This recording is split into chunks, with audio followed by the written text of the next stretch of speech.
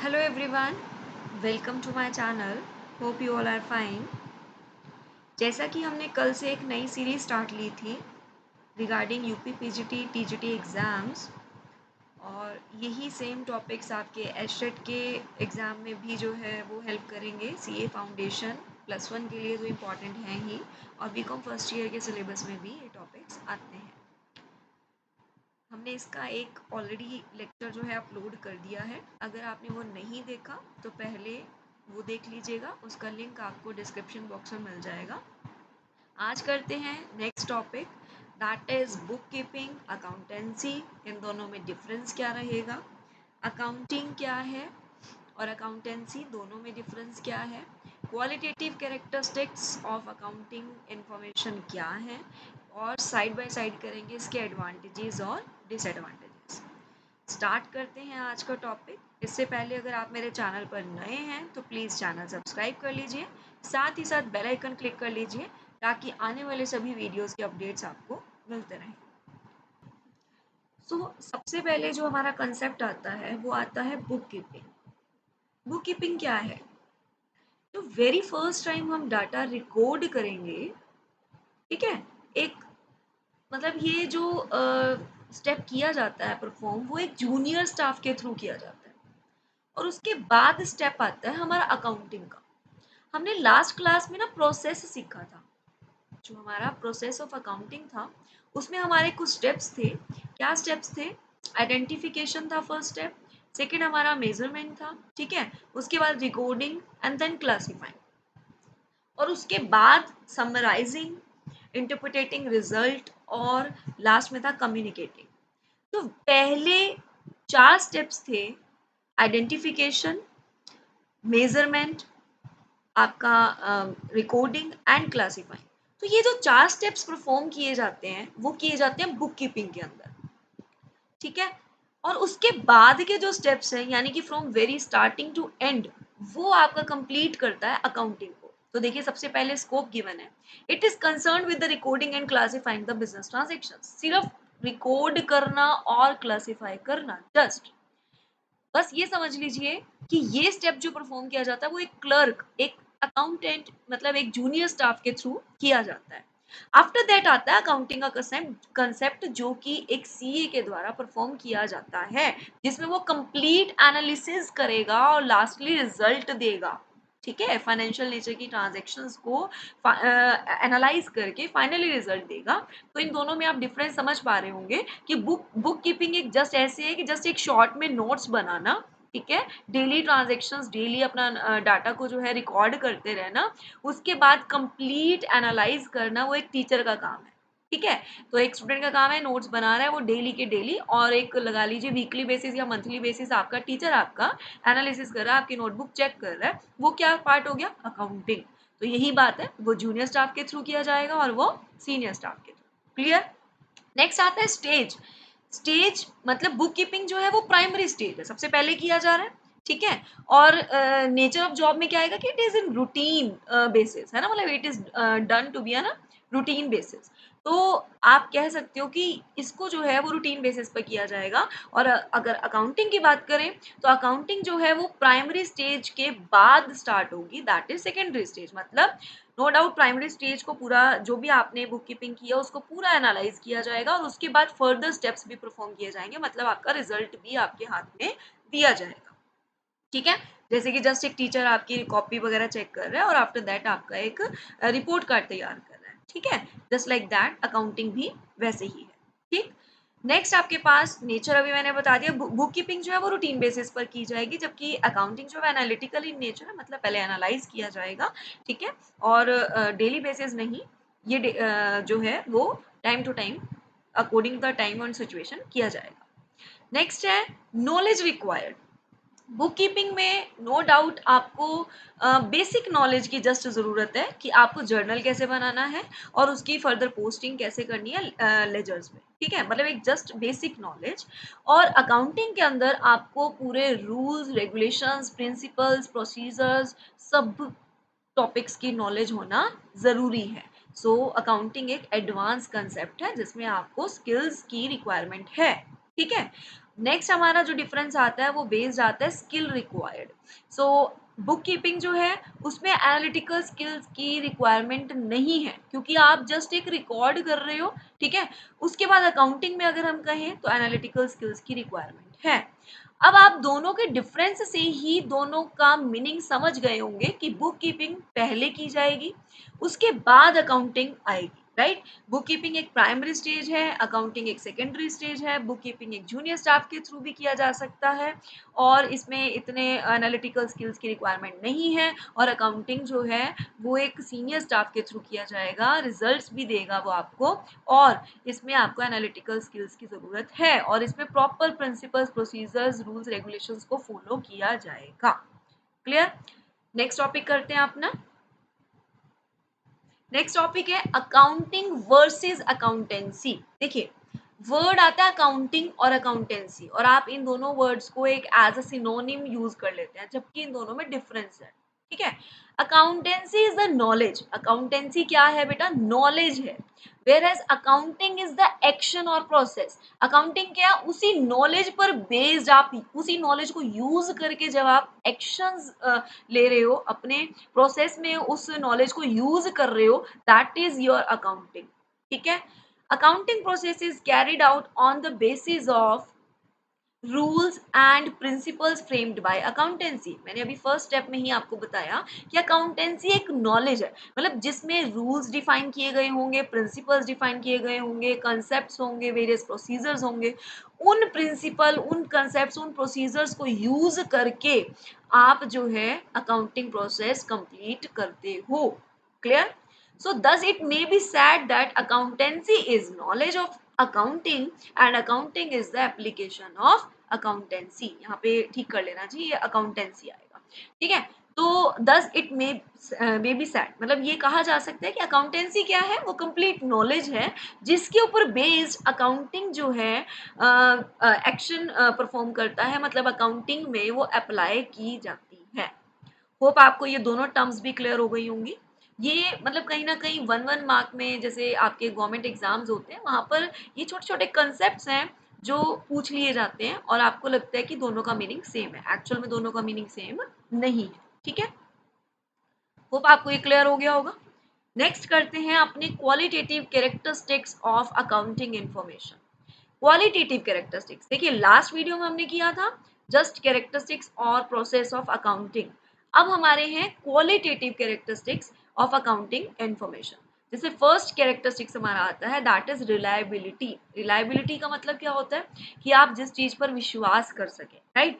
तो ये कह रहा है कि ये कैरेक्टरिस्टिक यानी कि ये फीचर तो होना ही चाहिए कि जो भी अकाउंटिंग में इंफॉर्मेशन आपको प्रोवाइड की जा रही है वो पूरी, मतलब उस पर पूरा ट्रस्ट किया जा सके, ट्रस्ट वर्दी होनी चाहिए, free from bias and error, मतलब उसमें कोई बायसनेस नहीं होनी चाहिए, पक्षपात नहीं होना चाहिए, और एरर फ्री होनी चाहिए। क्लियर। नेक्स्ट है रेलिवेंस, मतलब जो डाटा आपको प्रोवाइड किया जा रहा है अकाउंटिंग के जरिए, लाइक इन्फॉर्मेशन आपको मिल रही है, वो इतनी रेलिवेंट होनी चाहिए कि उसको यूज करके आप फर्दर, यानी कि मैनेजमेंट को इतनी हेल्प हो सके कि वो फर्दर डिसीजंस लेने में हेल्प करे। नेक्स्ट आता है अंडरस्टैंडेबिलिटी। अंडरस्टैंडेबल होनी चाहिए, इजी टू यूज होनी चाहिए, ठीक है। नेक्स्ट कंपैरेबिलिटी। कंपैरेबिलिटी मतलब आप जो भी डाटा, यानी कि जो भी accounting information, sorry accounting process complete कर रहे हैं, इतनी रिलायबल, इतनी मतलब सही होनी चाहिए कि आप उसे पिछला डाटा, मतलब जो लास्ट ईयर्स के अकाउंटिंग प्रोसेस आपने कंप्लीट किया वो उसके साथ कंपेयर करके इजीली पता लगा सकें कि आपका बिजनेस जो है वो ग्रोथ कैसी कर रहा है, आपका ट्रेंड कैसा चल रहा है, लाइक अपवर्ड ट्रेंड की तरफ चल रहे हैं या डाउन, या फिर अप एंड डाउन, मतलब आप अपनी पोजीशन चेकआउट कर सकें कि पहले से बेस्ट हुए हैं या पहले से डाउन जा रहे हैं, ताकि फर्दर आप डिसीजंस लेकर अपने बिजनेस को बेस्ट कर सकें। क्लियर। नेक्स्ट टॉपिक करते हैं। नेक्स्ट आते हैं advantages of accounting. Advantages, advantages मतलब इसके फायदे, ठीक है। इसको हम पढ़ते क्यों हैं और अकाउंटिंग करते क्यों हैं, इसके क्या फायदे हैं। फर्स्ट पढ़ते हैं, that is provides financial information about business. जो हमारा मतलब कहीं ना कहीं अकाउंटिंग है, आप उसे रिकॉर्ड कर रहे हो डाटा, ठीक है, लास्ट तक आप अपना रिकॉर्डिंग कर रहे हो, क्लासीफाइंग कर रहे हो, समराइजिंग कर रहे हो, रिजल्ट्स निकाल रहे हो, तो कहीं ना कहीं आपके बिजनेस के अंदर प्रॉफिट हुआ या लॉस हुआ, ठीक है, आपके बिजनेस में जितनी भी फाइनेंशियल इंफॉर्मेशन हैं वो प्रोवाइड करने में हेल्प करता है। नेक्स्ट है असिस्टेंस टू मैनेजमेंट। मैनेजमेंट ने बहुत सारे डिसीजंस बिजनेस में लेने होते हैं, ये कहीं ना कहीं असिस्टेंस प्रोवाइड करता है, उन्हें हेल्प प्रोवाइड करता है डाटा मेंटेन करने में, और side by side financial nature की ट्रांजेक्शन्स को रिकॉर्ड करता है, जो कि मैनेजमेंट के लिए बहुत हेल्पफुल साबित होती हैं ताकि वो अपने फर्दर डिसीजंस ले सकें। नेक्स्ट है फैसिलिटेट्स लोन। देखो बैंक ने जब आपको लोन ग्रांट करना है ना, अगर आपको लोन देने हैं, ठीक है, तो वो आपकी फाइनेंशियल पोजीशन जानने में इंटरेस्टेड होते हैं। कल आपको मैंने यूजर्स भी पढ़ाए थे, ठीक है, यूजर्स में बैंक्स भी थे, और बैंक्स ने आपको लोन देना होता है, राइट। तो अकाउंटिंग कहीं ना कहीं एज एन एविडेंस उनके आगे प्रेजेंट कर रहे हो आप कि देखिए हमारे बिजनेस की फाइनेंशियल पोजीशन सही है, आप हमें लोन दे सकते हैं, बिकॉज वो आपका सिबिल चेक करते हैं कि आप जो है वो इंस्टॉलमेंट्स टाइम पे दे पाएंगे या नहीं दे पाएंगे। Next facilitates comparative study. अभी मैंने आपको बताया कि आप अपने सिस्टमैटिक रिकॉर्ड मेंटेन करते हो ताकि आप प्रीवियस ईयर के सिस्टमैटिक रिकॉर्ड्स के साथ अपने करंट ईयर के रिकॉर्ड्स को कंपेयर कर सको और रिजल्ट्स फाइंड आउट कर सको कि आप जो है वो ग्रोथ की तरफ चल रहे हो या नहीं चल रहे। नेक्स्ट हमारा जो एडवांटेज है दैट इज रिप्लेसेस मेमोरी। देखिए आप हर बात को याद नहीं रख सकते हो, आज जो भी ट्रांजेक्शन्स मान लीजिए दिन में 5 ट्रांजेक्शन्स आपने की, आप शायद कल तक याद रख लें, ठीक है, 2 या 3 दिन तक आपके माइंड में रहे, शायद फोर्थ डे आप भूल जाएंगे कि 3-4 दिन पहले कौन कौन सी ट्रांजेक्शन्स हुई थी, है ना। तो हर बात एक ह्यूमन बीइंग अपने माइंड में मतलब एक मेमोरी में स्टोर करके नहीं रख सकता। आप कहीं ना कहीं अकाउंटिंग के जरिए क्या कर रहे हैं, उसे प्रॉपरली सिस्टमैटिक तरीके से रिकॉर्ड करते चले जा रहे हैं, और वो रिकॉर्डिंग कहीं ना कहीं आपको ट्रांजेक्शन्स को याद रखने में हेल्प करती है, ठीक है। नेक्स्ट है facilitate settlement of tax liabilities. अगर मान लीजिए आप अपने अकाउंट्स के जो भी डाटा है वो अच्छे से मेंटेन करते हैं, अपनी अकाउंटिंग प्रोसेस पूरी अच्छी तरह से करते हैं, तो आप जो है अपनी टैक्स लाइबिलिटी कैलकुलेट करने में सक्षम होंगे, राइट। आप प्रॉपर तरीके से अपना कैलकुलेट कर पाएंगे कि आपके ऊपर कितनी टैक्स लाइबिलिटी बनती है। क्लियर। नेक्स्ट है एविडेंस इन कोर्ट। कोर्ट में एज एन एविडेंस वर्क करेगा, क्योंकि अगर सपोज कीजिए कोई कोर्ट में केस चल रहा है, ठीक है, तो अब जो भी ट्रांजेक्शन्स आपने अगर सिस्टमैटिक तरीके से रिकॉर्ड करके रखी हुई होंगी, तो वो अकाउंटिंग के वो जो मतलब आपके अकाउंट्स आपने मेंटेन किए हैं वो एज एन एविडेंस कोर्ट में वर्क करेंगे, मतलब वहां पे भी आपको हेल्प होगी। नेक्स्ट है assistance in event of insolvency. In case अगर आपकी कंपनी इंसॉल्वेंट हो जाए, लाइक सपोज कीजिए दिवालिया निकल जाता है जब कंपनी का, तो भी उस सिचुएशन में आपको अपनी कंपनी को क्या करना है, बंद करना है ना। तो वो अपने तरीके से आप अपनी कंपनी को जो है वो वाइंड अप करोगे, तो वो सिस्टमैटिक अकाउंटिंग रिकॉर्ड उस टाइम पे उस सिचुएशन को भी डील करने में हेल्प करेगा। नेक्स्ट है facilitate sale of business. Suppose कीजिए आज अगर आप अपना बिजनेस सेल कर रहे हैं, चलता चलाया बिजनेस जब आप अपना सेल करना चाह रहे हैं, ठीक है, तो अपना पिछला रिकॉर्ड तो सारा चेक करोगे ही ना। तो वो जो रिकॉर्ड चेक करने में वो कहाँ से चेक करोगे, अगर आपने अपने अकाउंट्स मेंटेन किए होंगे तो कहीं ना कहीं अकाउंटिंग वहां पर भी आपको हेल्प करेगी। नेक्स्ट आपके पास है हेल्पफुल इन पार्टनरशिप अकाउंट्स। आप पार्टनरशिप आने वाले वीडियोस में देखेंगे कि क्या है, ठीक है। अभी आप सिर्फ इतना समझ लीजिए, 2 या 2 से ज्यादा पर्सन मिलकर अपना एक बिजनेस स्टार्ट कर लेते हैं और पूरा प्रॉपर एग्रीमेंट करते हैं, तो वो पार्टनरशिप बिजनेस होता है। सपोज कीजिए पार्टनरशिप बिजनेस में कभी भी ड्यूरिंग द पार्टनरशिप, ठीक है, आप बीच में किसी पार्टनर को एडमिट करते हो, लाइक एडमिशन करते हो, या रिटायरमेंट हो रही है, या डेथ हो रही है, या फिर कंपनी बंद करना चाहते हो, अपना बिजनेस बंद करना चाहते हो, डिसोल्यूशन करना चाहते हो, तो वहां उस टाइम पर जो भी आपने अकाउंट्स मेंटेन किए होंगे वो आपको आपकी इंफॉर्मेशन मतलब प्रोवाइड करेंगे, फाइनेंशियल इंफॉर्मेशन, और वो आपको डायरेक्टली हेल्प करेंगे जब भी कभी आपके बिजनेस में कोई पार्टनर एडमिट होगा या रिटायर होगा या किसी पार्टनर की डेथ होगी, तो उसके जो भी लाइबिलिटीज या फिर मतलब जो उसकी अमाउंट बनती है उसको कैलकुलेट करने में हेल्प करेगा, अगर आपने डाटा मेंटेन किया होगा तो, ठीक है। नेक्स्ट है हेल्पफुल इन डिसीजन मेकिंग। अभी हम ऊपर स्टार्टिंग में पढ़ ही चुके हैं सेकंड पॉइंट में कि मैनेजमेंट को असिस्टेंस प्रोवाइड करता है और फाइनली डिसीजंस किसने लेने हैं, मैनेजर ने लेने हैं। होप आपको एडवांटेजेस भी क्लियर हो गई होंगी, ठीक। नेक्स्ट करते हैं डिसएडवांटेजेस ऑफ अकाउंटिंग। अब कुछ डिसएडवांटेजेस भी हैं, देखिए हर सिक्के के दो पहलू होते हैं। अगर बात करें उसके कुछ फायदे हैं तो कुछ नुकसान भी हैं। स्टार्ट करते हैं आप डिसएडवांटेजेस, जिसको हम लिमिटेशंस भी बोलते हैं, ठीक है। फर्स्ट आता है अकाउंटिंग इग्नोर्स क्वालिटेटिव एलिमेंट्स। आपको फर्स्ट लेक्चर में ही मैंने बता दिया था कि बिजनेस की सिर्फ क्वांटिटेटिव ट्रांजैक्शंस को यहाँ रिकॉर्ड किया जाता है, मतलब सिर्फ फाइनेंशियल नेचर की ट्रांजैक्शंस को रिकॉर्ड किया जाता है, क्वालिटेटिव ट्रांजैक्शंस को ये रिकॉर्ड नहीं करता। सपोज कीजिए कोई लेबर है या फिर कोई एम्प्लॉय है जिसके स्किल्स की वजह से आपका बिजनेस जो है बहुत अच्छी ग्रोथ पर चला गया, तो उसके स्किल्स को यहाँ पर किसी भी तरह से मेजर नहीं किया जाएगा, तो ये कहीं ना कहीं इसकी सबसे बड़ी डिसएडवांटेज है। नेक्स्ट है accounting is not fully exact. अगर हम बात करें, अकाउंटिंग जो है वो एस्टिमेशन पर बेस्ड बनाई जाती है। एस्टिमेशन पर बेस्ड क्यों कह रहे हैं हम? सपोज कीजिए मैंने बोला कि हमें डेप्रिसिएशन लगाना है किसी एसेट पर, ठीक है। डेप्रिसिएशन होता है जो आपके एसेट की वैल्यू जो है डे बाय डे डाउन होती है, decline in the value of the asset due to their use करने की वजह से उनकी वैल्यू में कमी आना, दैट इज डेप्रिसिएशन। अब मैं अगर ये मानकर चल रही हूँ कि मेरी ये एसेट एस्टिमेट लगाकर चल रही हूँ कि 10 साल चलेगी, मैं उसके अकॉर्डिंग अपना डेप्रिसिएशन लगा दूंगी, राइट। तो क्या एक्चुअल में पता है कि मुझे वो मेरी एसेट 10 साल चलेगी या नहीं चलेगी, है ना? नहीं पता ना। तो मैं क्या कर रही हूँ यहाँ पर, एस्टिमेशन पर बेस्ड अपने डाटा को जो है वो कहीं ना कहीं कैलकुलेट करने की कोशिश कर रही हूँ, मतलब अपना डेप्रिसिएशन कैलकुलेट करने की कोशिश कर रही हूँ, राइट। ऐसी बिजनेस में सपोज करो प्रोविजन फॉर डाउटफुल डेट आप मेंटेन करते हो, आप आने वाली वीडियोस में समझोगे कि ये सब क्या है। प्रोविजन फॉर डाउटफुल डेट आप मेंटेन करते हो, तो वो प्रोविजन, ठीक है, जो आप डाउटफुल डेट के लिए अपना प्रोविजन बना रहे हो, वो भी एक एस्टिमेशन पर बेस्ड बनाया जाता है। एक्चुअल में इतना बैड डेट होगा या नहीं होगा, नॉट श्योर। तो हम कह सकते हैं कि एग्जैक्ट नहीं इंफॉर्मेशन देता, बिकॉज आप सब कुछ एस्टिमेशन पर बेस्ड यहाँ पर कैलकुलेट कर रहे हो बीच में कुछ कुछ ट्रांजेक्शन्स को, राइट। नेक्स्ट आता है accounting ignore the effect of price level changes. Accounting जो है वो प्राइस लेवल चेंजेस को इग्नोर करके चलता है। देखो आप आगे कंसेप्ट्स कन्वेंशंस पढ़ोगे जिसमें आप ये पढ़ोगे कि हिस्टोरिकल बेस्ड डाटा को ये रिकॉर्ड करके चलता है, ठीक।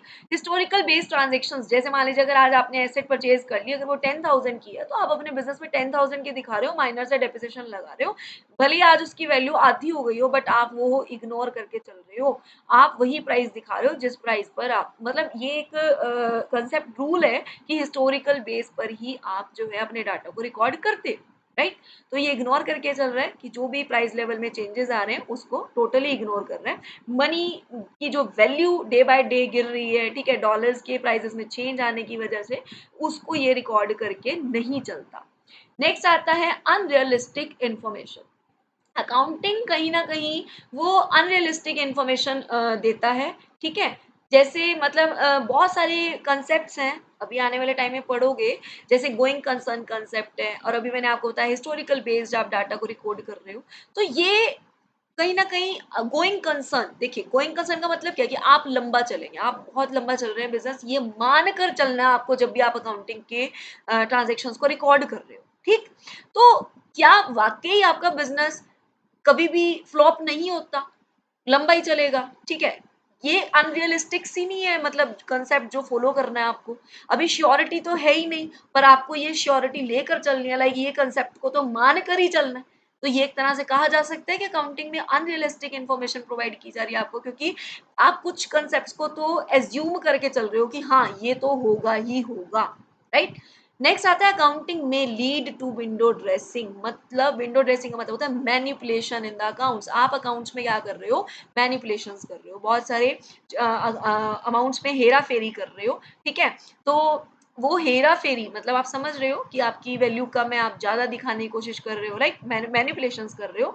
तो वो विंडो ड्रेसिंग अगर की हुई है तो भी आपका कहीं ना कहीं अकाउंटिंग से जो आपको इंफॉर्मेशन मिलेगी वो एक तरह से रिलायबल नहीं होगी।